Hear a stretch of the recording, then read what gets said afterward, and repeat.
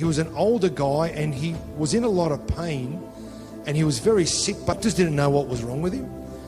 And because I'd built the friendship with him, he shared with me. Anyway, I thought in my head, will I pray for him or not? I didn't know him that well. And I chickened out. That night I was at home, and at night while I was trying to go to sleep, the whole time I kept thinking about this guy. He was on my thoughts. He was on my mind.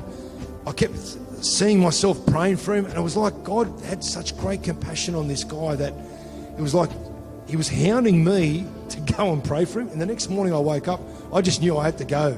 And I went and saw the guy and I prayed for him. I was like, I'm not having another restless night like that, man. I know what I'm meant to do.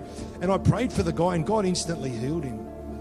And he rang me later thanking me.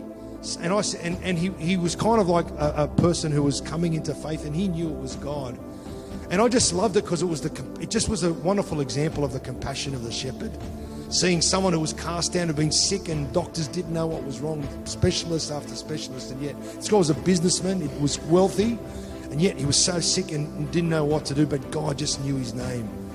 I just love the compassion of God. That's what we can look forward to when we think about the shepherd. He's got great concern if you're ever feeling upside down.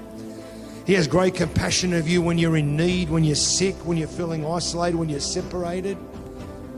The good shepherd seeks you out. You can trust him to come alongside you, to lift you up, to put you on your feet again, to release you from fear, to give you hope. And don't forget too that you can be the good shepherd's hands and feet to help others who are downcast, lift them back up. He's looking for shepherds to raise up shepherds who help him look after the sheep. Amen. We'll continue this next week.